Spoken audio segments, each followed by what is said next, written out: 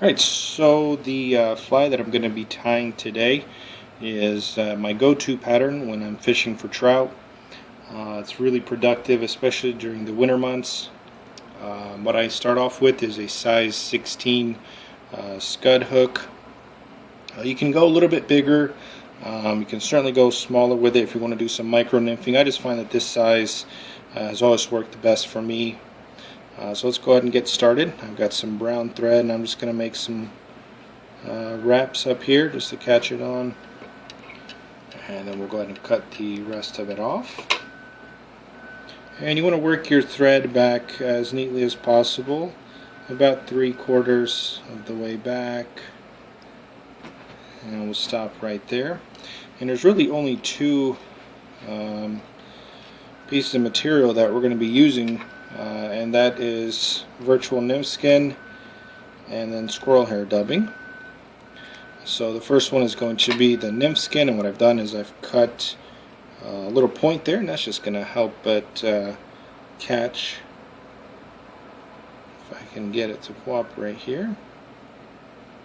Okay, so you're just going to catch the tip there, and you want to go ahead and work this back as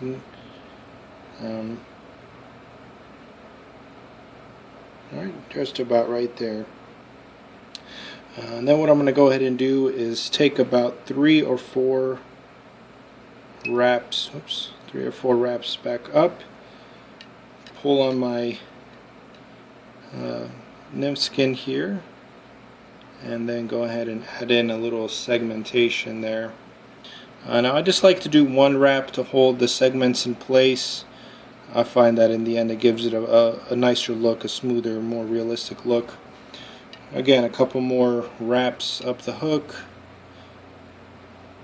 set in another segment, and if you don't like the way the segment looks, the good thing about having just one wrap is that you can always loosen the wrap up a little, adjust your nymph skin, and then continue tying. Try to keep them as uniform as possible. Again, it's a bit of a challenge, especially when working with something this small, but just do your best to do that. Okay, and I'm going to pull pretty tight on this. You don't want to pull too tight, you don't want to pull too loose either. If it's too loose when you tug, you're going to have these tags that are hanging off the side there, and it won't look very good.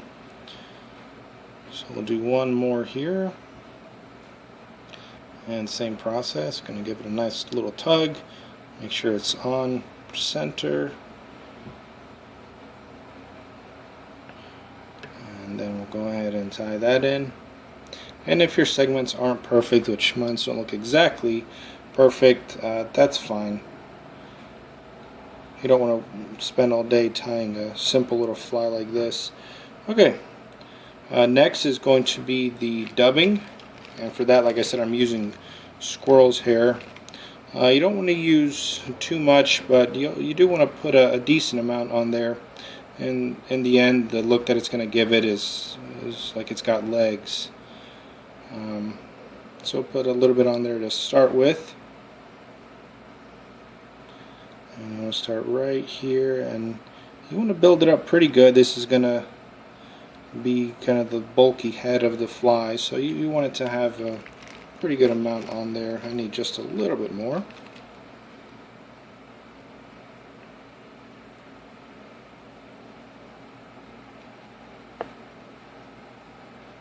Slide that up.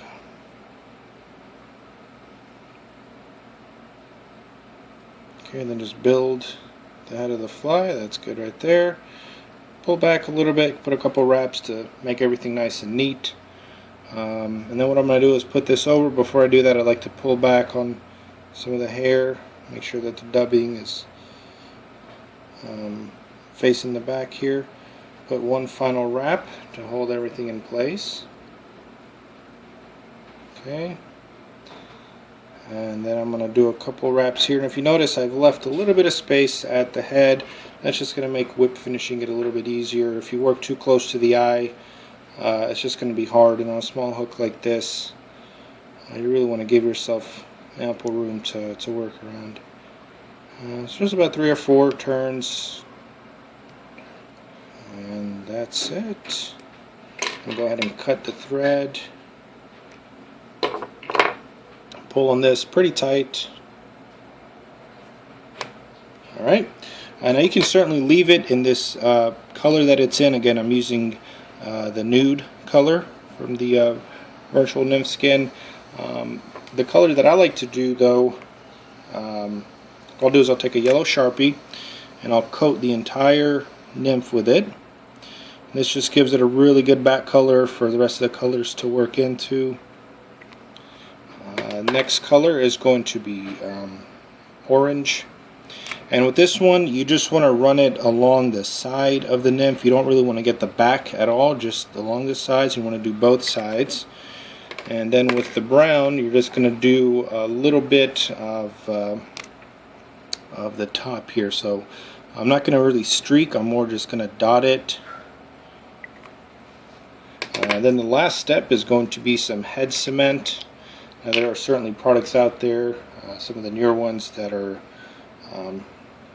better to use, the tack-free resins like Deer Creek, things like that.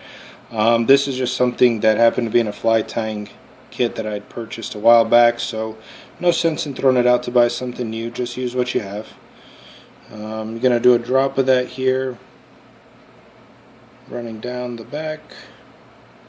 As you're doing it, you just kind of mix all those colors together, and as it's setting, it's going to blend that in real nice, so that way you're not really seeing the separation of the yellow and the orange and the brown. What you end up with is something that's kind of as uniformed and very realistic looking. And once it sets, I'll show you one of the ones I did earlier. It'll look something like this. It's a very, very effective pattern, like I said, especially during the winter months when the fish are feeding, when the trout are feeding on little nymphs. I usually fish this under an indicator, but you can fish it however you like. Anyways, I hope you enjoyed watching. I want to thank you, as always, for watching my videos. If you want to go ahead and subscribe, periodically I'll be uploading new videos. Again, thank you very much, and good luck out there.